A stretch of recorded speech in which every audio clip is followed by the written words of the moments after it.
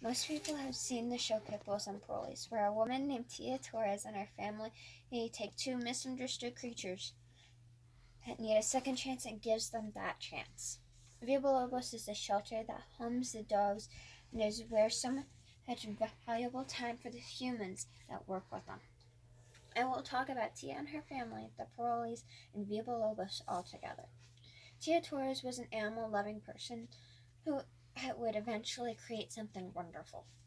Tia grew up in a broken home. She was raised by her stepmom, who had just as much love for animals as her daughter. Together, they struggled to keep the family, which included horses and these gifts from Mother Nature, as her mom called them, all together. Times were tough, but her mom raised her and took care of an array of animals all on her own. To this day, Tia associates her strength and discipline solely on the way she was raised. What with no father figure in Tia's life, her mom showed her that if you have loyalty of an animal companion, you don't need much else.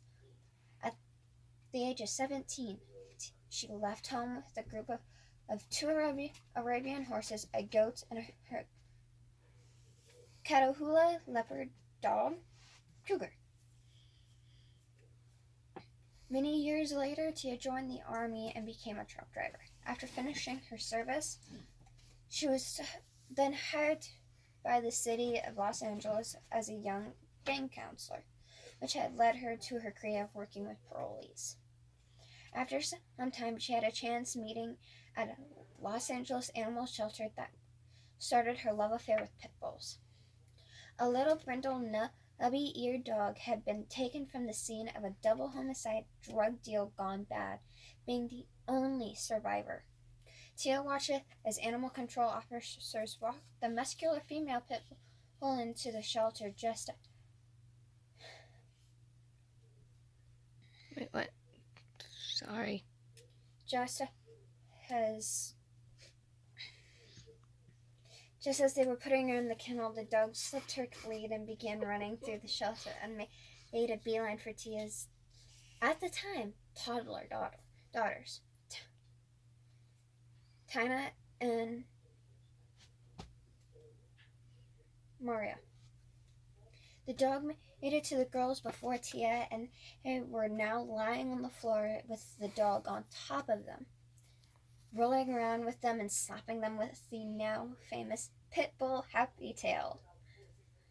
The girls exploded with giggles, and their lives had changed forever. At the time, Los Angeles County did not adopt pit bull laws out, but Tia petitioned for the dog no matter what. It was only because of her existing relationship with animal control that they released a dog that would be named Tatanaka into her custody.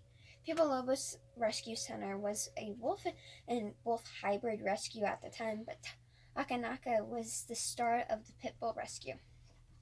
Before long, Tia was rescuing two of society's cast-off canines in full force. The wolves and pit bulls were portrayed in maligned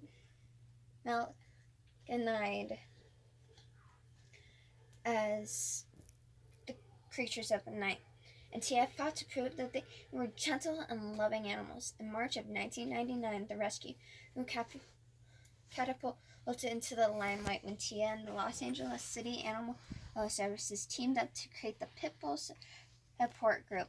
The group is a free service offered to anyone who owned a pit bull or a pit mix, providing spay-neuter assistance, training classes, and anything and everything pit bull related.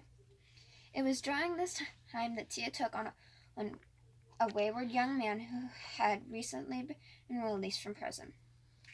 He would be her first official parolee hire, and the word quickly spread. Two more lost souls also appeared around this time. They were twin teenage boys who were having a difficult time and needing guidance. As friends with Tia's daughter, Maria, they were brought on to work weekends at first, but then began hanging around more often. Tia took them under her wing and adopted them. The Hawaiian boys, Kamini and Kelly, were now officially Tia's sons. Tia's husband, on parole at the time, had a parolee agent who truly cared, and it was his suggestion to take on more parolees to do community service that spawned the idea of creating a real program. Tia turned down several production companies because she was a private person and didn't want to be on TV. But the diminishing donations soon took over, and she was in a world that she didn't see coming. Despite the popularities of pit bulls and parolees and the increase of adoptions and donations, California's sinking economy still took a serious toll on Villalobos.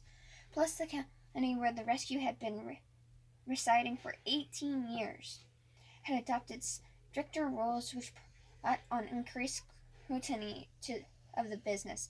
Keeping Villalobos alive was becoming next to impossible. So after a year of planning, Tia made the biggest change of the rescue's long history. She needed to save the 200-plus pit bulls, a handful of domestic house cats, a pack of assorted animals such as roosters, reptiles, and birds, 4 human children, parolees, and a gang of misfit souls.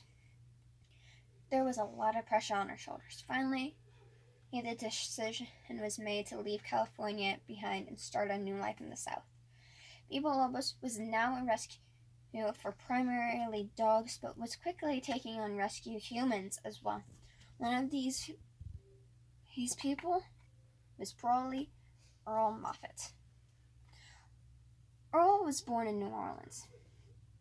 He was an only child raised by a single parent.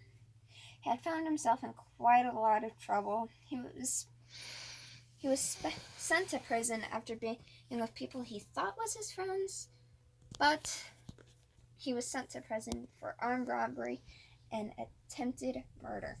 His sentence was 22 years, but he only served 11. Not long after his release, he was back because of possession with intent to distribute.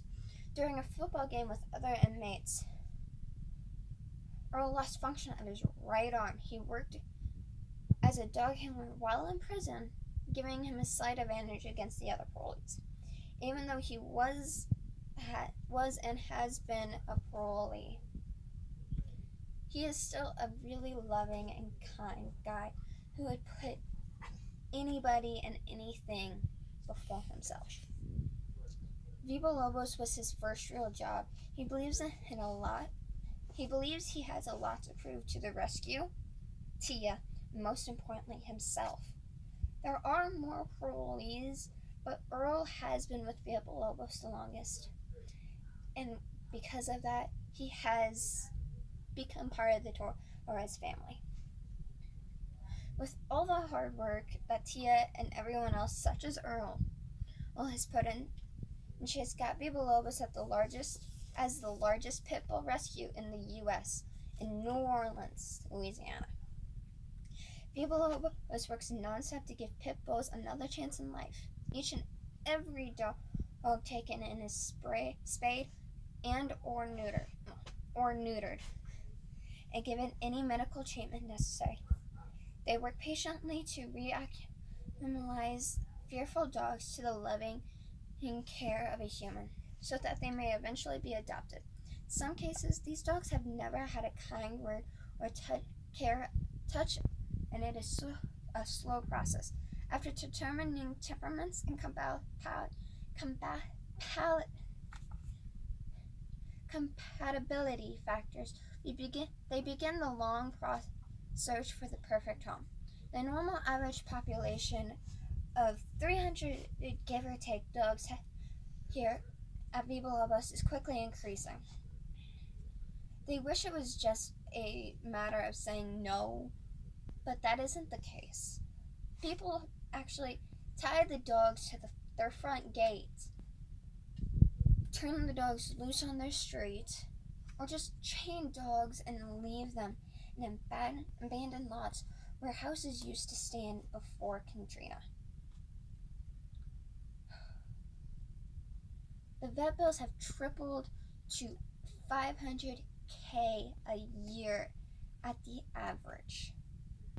And it is taking more staff to take care of the dogs. They go through 7,000 pounds or more of dog food a week, but luckily the adoption rate is about 30 to 40 dogs a month. That is all because Tia is working so hard to make a difference for these dogs. I had gone over Tia and her family, the parolees, and Villalobos as a whole. Most people think that what Tia is doing is wrong, but is it really?